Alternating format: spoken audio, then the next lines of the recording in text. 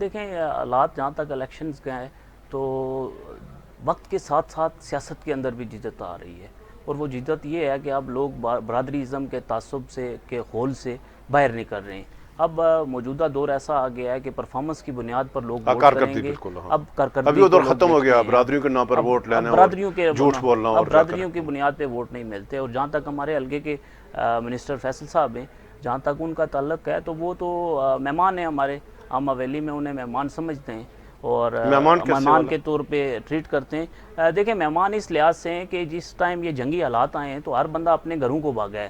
پنڈی کے اندر جو ہمارے مزدور طبقہ کے لوگ تھے وہ حویلی کے اندر آئے، نہ کہ اپنی جانوں کی بچت کرنے کے لیے یہاں پہ انہوں نے قیام کیا ہو۔